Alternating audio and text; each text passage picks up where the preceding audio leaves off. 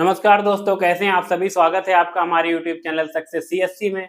और मैं सबसे पहले आप लोगों को धन्यवाद देना चाहूँगा क्योंकि हमारे जो सब्सक्राइबर की संख्या 110 पहुँच चुकी है। ये सब आपके सपोर्ट के बिना नहीं हो पाता। और आज की क्लास में हम लोग डिस्कस करने वाले हैं जो भारत के महत्वपूर्ण हिमनद हैं उनके बारे में। उससे पहले हम ये जानेंगे हिमनद होता क्या है।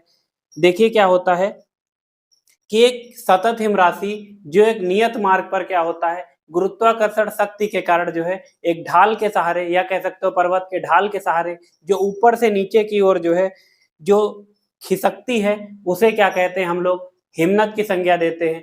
और हिमनद क्या होता है, बेसिकली आप इस तरीके समझिए, लगातार जब पर्वतीय क्षेत्रों पे लगातार बर्फबारी होती है तो क्या होता है, एक बर्फ का सघनतम रूप या रूप के रूप में जो है इकट्ठा हो जाती है, वही हिमनद कहलाता हो। तो हिमनद कहाँ पर होता है, ये बेसिकली हिम रेखा के ऊपर पाया जाता है। अब ये प्रश्न उठता है कि हिम रेखा क्या होती है। हिम रेखा से तात्पर्य यह है कि वह निचली सीमा जिस पर जो है जिसके ऊपर क्या होता है, हिम का आवरण उपलब्ध होता है, वही जो है हिम रेखा कहलाती है। आप इसे इस प्रकार से समझिए, जैसे कोई पहाड़ है, ठीक है, उस पर क्या होगा, एक ऐसी निचली सीमा होगी जिसके ऊपर आप देखेंगे कि क्या होगा, हिम राशि उपलब्ध होगी और उसके नीचे क्या होगा, हिमावरण नहीं पाया जाएगा। तो वो क्या कहलाती है, जो रेखा होती है ये हिम रेखा कहलाती है। आप ये भी जानते हैं कि हिम रेखा के ऊपर क्या होता है, वनस्पति का अभाव होता है, यानी क्या कह सकते हो, वनस्पति विहीन क्षेत्र होता है। और हिम रेखा के आसपास आप क्या जानते हैं, जहां से हिम रेखा शुरू होती है वहां पर मांस व लाइकेन जैसी वनस्पति पाई जाती है। आपने मिडोज वनस्पति के बारे में सुना होगा। ये भी क्या होता है, जिस समय जो है ग्रीष्म काल के समय कुछ बहुत जब हिमनद पिघलता है तो उस क्षेत्र पे क्या होता है, मिडोज जैसी वनस्पति भी देखने को मिलती है। तो अगर देखा जाए भारत में हिमालयी क्षेत्र की बात करी जाए तो पश्चिमी हिमालय की बात करी जाए, पश्चिमी हिमालय में देखते हैं तो लगभग 5500 से लेकर 6000 मीटर की ऊंचाई पर जो है हिम रेखा प्राप्त होती है। वहीं जब आप देखते हैं पूर्वी हिमालय की बात करी जाए, पूर्वी हिमालय, तो पूर्वी हिमालय पे लगभग जो है 4500 मीटर की ऊंचाई पर देखते हैं। इससे ऊपर हम लोग जाते हैं तो क्या होता है, हिम रेखा हमें प्राप्त होती है। देखिए हिम रेखा जो प्राप्त होने का रीजन होता है, यह विभिन्न दशाओं पर निर्भर करता है। जैसे वर्षा की मात्रा कितनी है, ठीक है, ये किस क्षेत्र में पड़ता है, यानी उष्ण कटिबंध है या शीतोष्ण कटिबंध है, इस पर भी निर्भर करता है। उसके अलावा जैसे कर्क रेखा से कितनी दूरी है, मकर रेखा से कितनी दूरी है, इस पर भी निर्भर करता है।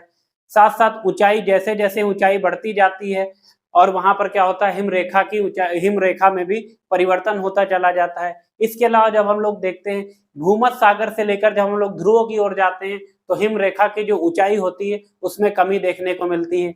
यह इस प्रकार समझ सकते हैं, जैसे भूमध्य सागर या भूमध्य रेखा या फिर विषुवत के नजदीक आप देखेंगे तो जहां कर भी जैसे आप किलिमंजारो पर्वत देखते हैं,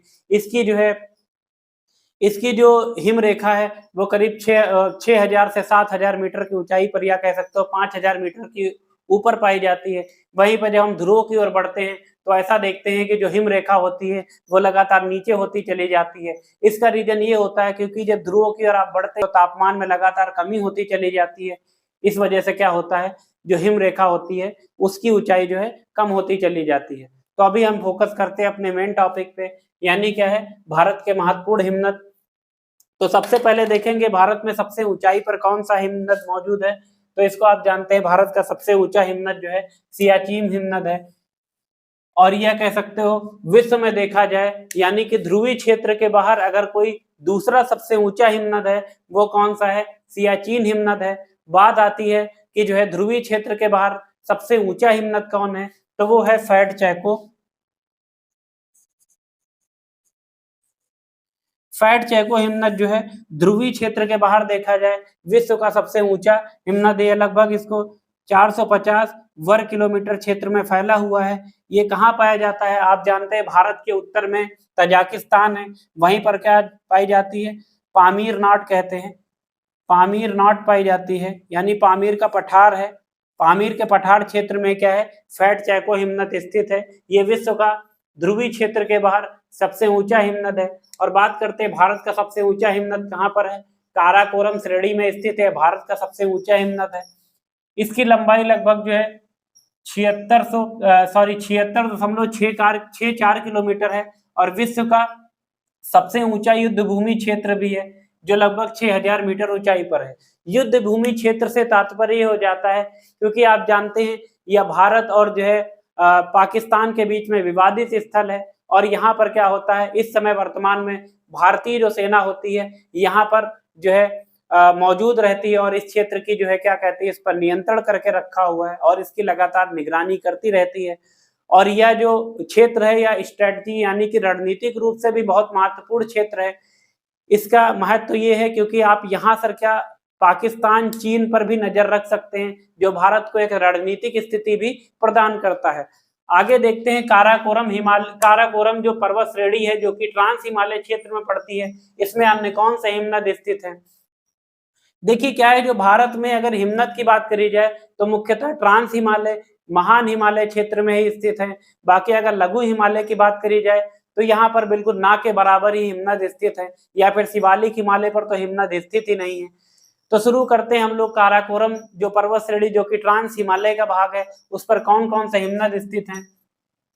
सबसे पहले देखते हैं बातुर हिमनद। बातुर हिमनद क्या है, देखिए जो केटू आप जानते हैं गाडविन ऑस्टिन है, इसके पश्चिम में जब आएंगे तो आपको जो है बातुर हिमनद मिलेगा। यह लद्दाख में स्थित है। वर्तमान में आप जानते हैं केंद्र शासित प्रदेश लद्दाख है, वहां पर ये स्थित है। और ये किसके द्वारा ऑक्युपाइड की करके रखी हुई है, ये पाकिस्तान के नियंत्रण में है, जो कि पीओके में स्थित है। और इसकी अगर लंबाई की बात करी जाए तो ये लगभग 35 किलोमीटर है। आगे देखते हैं ससाइनी हिमनद। ससाइनी हिमनद भी काराकोरम श्रेणी में स्थित है। इसकी लंबाई लगभग 17.85 किलोमीटर है। अगला देखते हैं बियाफो हिमनद। यह भी जो है पश्चिमी काराकोरम में स्थित है और इसकी लंबाई लगभग 60 किलोमीटर स्थित है। बियाफो और हिस्पर हिमनद जो है आपस में लगभग एक दूसरे से जुड़े हुए हैं, बहुत मतलब एक दूसरे के करीब स्थित है। तो हिस्पर हिमनद की बात करी जाए ये भी काराकोरम में ही स्थित है और इसकी लंबाई की बात करी जाए 61 किलोमीटर है। ये भारत का तीसरा सबसे बड़ा हिमनद कहा जाता है। बियाफो हिमनद जो है 60 किलोमीटर इसकी लंबाई है। आगे देखते हैं हम लोग जब खारदोचिन हिमनद, तो खारदोचिन हिमनद कहाँ पर स्थित है, यह भी काराकोरम श्रेणी में स्थित है। इसकी लंबाई लगभग 61 किलोमीटर है। सियाचिन के बारे में हम लोग डिस्कस कर चुके हैं। अब हम लोग देखते हैं काराकोरम का एक अन्य हिमनद जो कि बाल्तोरो हिमनद है। यह भी केंद्र शासित प्रदेश लद्दाख में स्थित है और काराकोरम के दक्षिण में स्थित है। और इसकी लंबाई की बात करी जाए लगभग 58 किलोमीटर लंबा है। यानी अभी तक के जो हमने हिमनद देखे ये यहाँ तक के ये सभी कहाँ पर स्थित है, ये सभी हिमनद जो है काराकोरम जो पर्वत श्रेणी है वहीं पर स्थित है। और ये सारे हिमनद कहाँ पर हैं, ये केंद्र शासित प्रदेश लद्दाख में स्थित हैं। आगे हम लोग चले आते हैं, ये देखते हैं, ये देखिए चोमालुंगा हिमनद, ये 50 किलोमीटर इसकी लंबाई है, ये भी काराकोरम श्रेणी में स्थित है। आगे हम लोग आते हैं कश्मीर के पास, आप जानते हैं महान हिमालय है, तो वहां पर क्या होता है दियामीर ग्लेशियर स्थित है। और ये कहाँ पर स्थित है, महान हिमालय में स्थित है। इसकी विशेषता यह है कि इसकी ढाल बहुत ज्यादा तीव्र है, इस वजह से क्या होता है इसे पार करना बहुत ज्यादा कठिन हो जाता है। और इसकी लंबाई लगभग जो हिमनद है उसकी लंबाई क्या है, लगभग 11 किलोमीटर है। और अन्य क्षेत्र में जब हम लोग आगे बढ़ते हैं तो देखते हैं कि काफी ज्यादा मतलब एक तरीके से हिमनद का युग्म जो मिलता है वो उत्तराखंड में मिलता है। तो उत्तराखंड में देखिए कई सारे हिमनद आपको देखने को मिलते हैं, जिसमें यमुनोत्री है, पिंडारी है, कफनी है, मिलाम है, सतोपत है, गंगोत्री है, चौराबाड़ी है। तो शुरू करते हैं हम लोग यमुनोत्री से। यमुनोत्री हिमनद कहाँ पर स्थित है, वो स्थित है उत्तराखंड राज्य में। आप जानते हैं यह जो हिमनद है यहीं से जो है यमुना नदी का उद्गम माना जाता है। अन्य हिमनद देखते हैं गंगोत्री हिमनद। तो गंगोत्री हिमनद की लंबाई लगभग 26 किलोमीटर है। ये जो है यहाँ से क्या होता है, गोमुख से आप जानते हैं भागीरथी नदी का उद्गम होता है और भागीरथी नदी आगे जानते हैं देवप्रयाग में जो है अलकनंदा नदी के साथ मिल जाती है और उसकी संयुक्त धारा क्या होती है, वो कहलाती है गंगा। आगे देखते हैं सतोपत हिमनद। तो सतोपथ हिमनद के बारे में हम क्या जानते हैं, यहीं से क्या होता है, अलकनंदा नदी का उद्गम होता है। और अलकनंदा नदी जो है भागीरथी से आके कहाँ मिल जाती है, ये मिल जाती है देवप्रयाग में। और इसी के संयुक्त धारा आगे क्या होती है, गंगा के नाम से जानी जाती है, जिसको हम लोग पहले भी देख चुके हैं। आगे देखते हैं हम लोग चौराबाड़ी हिमनद। तो चौराबाड़ी हिमनद कहाँ पर स्थित है, रुद्रप्रयाग जिला उत्तराखंड में स्थित है। और ये क्या है, केदारनाथ जो मंदिर है उसके उत्तर में स्थित है। यानी देखा जाए केदारनाथ मंदिर से अगर 4 किलोमीटर आप उत्तर चले जाएंगे तो आपको जो है चौराबाड़ी हिमनद मिलेगा। इस हिमनद के पिघलने के कारण क्या हुआ है कि एक झील का निर्माण हो गया। उस झील को जो है गांधी सरोवर कहा जाता है। आप जानते हैं उत्तराखंड में एक त्रासदी आई थी, केदारनाथ त्रासदी 2015 में आई थी। तो उसमें क्या हुआ था कि ये जो चौराबाड़ी हिमनद था, यहाँ पर अचानक से क्या होती है, इस क्षेत्र में जो है क्लाउड बस्ट होता है, यानी बादल फटता है और बहुत ज्यादा अमाउंट में जो है वर्षा का पानी जो है ये जो झील है गांधी सरोवर में आके भर जाता है, जिससे कारण क्या होता है, ये झील का जो एक प्राकृतिक बांध था वो टूट जाता है और बहुत तेजी से जो है पानी जो है केदारनाथ मंदिर की ओर आता है। और इससे क्या होता है, काफी ज्यादा संख्या में देखते हैं जो वहां पर श्रद्धालु गए हुए थे उनकी मृत्यु हो जाती है इसमें बहने के कारण, जो कि एक जो है अगर देखा जाए ऐतिहासिक दृष्टि से बहुत ही भीषण आपदा कही जाती है। आगे देखते हैं मिलान ग्लेशियर के बारे में। यह उत्तराखंड के पिथौरागढ़ जिले में स्थित है। यह त्रिशूल पर्वत चोटी है, इसके जो है ढाल पर स्थित है। क्या है, उत्तराखंड के पिथौरागढ़ जिले में। और त्रिशूल पर्वत श्रेणी आप देखते हैं उसके अगर उत्तर साइड दक्षिण साइड में ढाल में आते हैं तो क्या होता है, आपको मिलान ग्लेशियर मिलता है और इसकी लंबाई लगभग 15 किलोमीटर है। और यहीं से क्या होता है, शारदा नदी यानी काली गंगा का उद्गम माना जाता है। साथ साथ गौरी गंगा के उद्गम भी जो है यही मिलान ग्लेशियर पे ही देखा जाता है। अगला ग्लेशियर है कफनी ग्लेशियर। कफनी ग्लेशियर भी उत्तराखंड राज्य में ही पाया जाता है। आगे देखते हैं पिंडारी ग्लेशियर। आपने सुना होगा नंदा देवी पर्वत चोटी। नंदा देवी पर्वत चोटी की बात करी जाए, यह कह सकते हो भारत की तीसरी सबसे ऊंची चोटी है। आप जानते हैं गाडविन ऑस्टिन जो कि 8,611 मीटर ऊंची है, जो भारत की सबसे ऊंची चोटी कही जाती है। उसके बाद आप जानते हैं कि जो है कंचनजंगा जो कि भारत की दूसरी सबसे ऊंची चोटी है। तो पहले नंबर पे गार्डिन ऑस्टिन है, दूसरे नंबर कंचनजंगा। यानी हिमालय की अगर सबसे ऊंची चोटी कौन सी थी, कंचनजंगा थी। और भारत की तीसरी सबसे ऊंची चोटी कौन सी है, नंदा देवी चोटी है। अगर इसके दक्षिणी ढाल पर आएंगे तो आपको ग्लेशियर मिलेगा, वो ग्लेशियर है पिंडारी ग्लेशियर। और इसी पर क्या है, इससे क्या निकला हुआ है, पिंडार नदी निकली हुई है, पिंडारी नदी या फिर पिंडार नदी। और ये क्या है, अलकनंदा की सहायक नदी है। और आप जानते हैं कि ये अलकनंदा से कहाँ मिल जाती है, कर्णप्रयाग पर जो है, कर्णप्रयाग पर आकर जो है अलकनंदा से मिल जाती है। आगे बढ़ते हैं तो जब हम लोग पहुंचते हैं सिक्किम में, तो सिक्किम में आप जानते हैं कंचनजंगा पर्वत श्रेणी आप जानते हैं, ये भारत और जो है नेपाल की सीमा पर स्थित है, या कह सकते हो सिक्किम और नेपाल की सीमा पर स्थित है। यहाँ पर क्या होता है, कंचनजंगा की ढाल पर जो है यह स्थित है और इसकी लंबाई लगभग 25 किलोमीटर है। और यहीं से क्या होता है, तीस्ता नदी का उद्गम होता है। आप जानते हैं तीस्ता नदी आगे जो है रंगपुर जो है बांग्लादेश में, जब रंगपुर में पहुंचती है तो ब्रह्मपुत्र से मिल जाती है और जो है आगे ब्रह्मपुत्र की धारा जाके मिल जाती है बे ऑफ बंगाल में। तो ये थे भारत के जो कुछ महत्वपूर्ण हिमनद हैं उनके बारे में हम लोग ने पढ़ा। अभी देख लेते हैं क्या हिमनद से कोई क्वेश्चंस आए हुए हैं। तो पहला क्वेश्चन है, हिमालय में हिम रेखा निम्न में से किसके बीच होती है। 43, एक ऑप्शन ए है 4300 से 6000 मीटर पूर्व में, 4000 से लेकर 5800 मीटर पश्चिम में, 4500 से लेकर 6000 मीटर पश्चिम में, उपयुक्त में से कोई नहीं। तो इसका आंसर है 4300 लगभग 6000 मीटर के पूर्व में आप देखते हैं हिमालय में औसत हिमरेखा पाई जाती है। अगला है, निम्न में से कौन सा हिमनद सबसे बड़ा है। तो आप जानते हैं अभी हमने बात करी थी, जैसे इसमें ऑप्शन देके रखा है सियाचिन, बालतोरो, चोगोलुंगमा, बियाफो। तो आप जानते हैं सियाचिन हिमनद है भारत का सबसे बड़ा हिमनद है, या फिर ये भी कह सकते हैं कि विश्व का ध्रुवीय क्षेत्र के बाहर दूसरा सबसे बड़ा हिमनद है।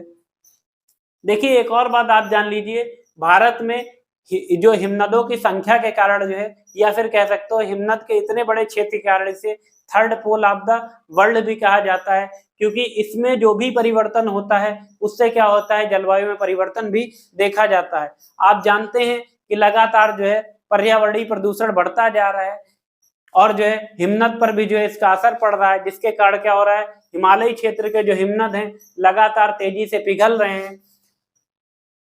आप जानते होंगे ब्लैक कार्बन के बारे में।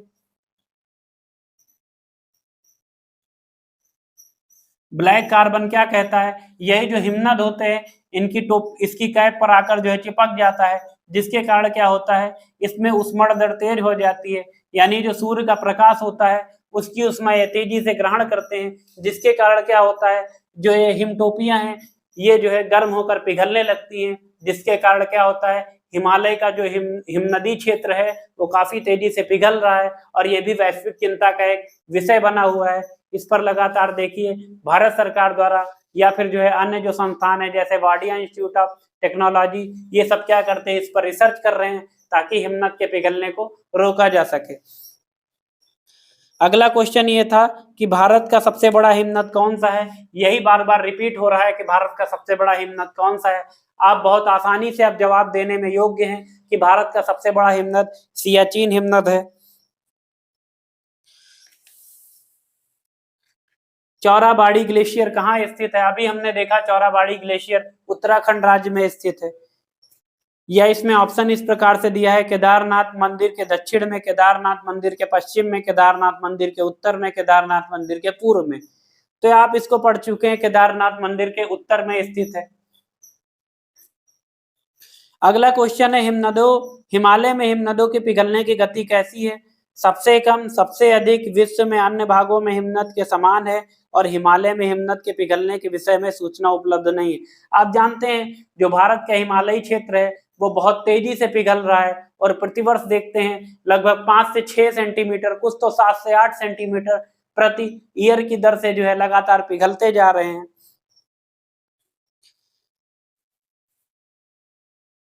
अगला है कि निम्नलिखित में से कौन सा हिमनद उत्तराखंड के कुमायूं क्षेत्र में स्थित है, उत्तराखंड के कुमायूं क्षेत्र में मिलाम हिमनद स्थित है।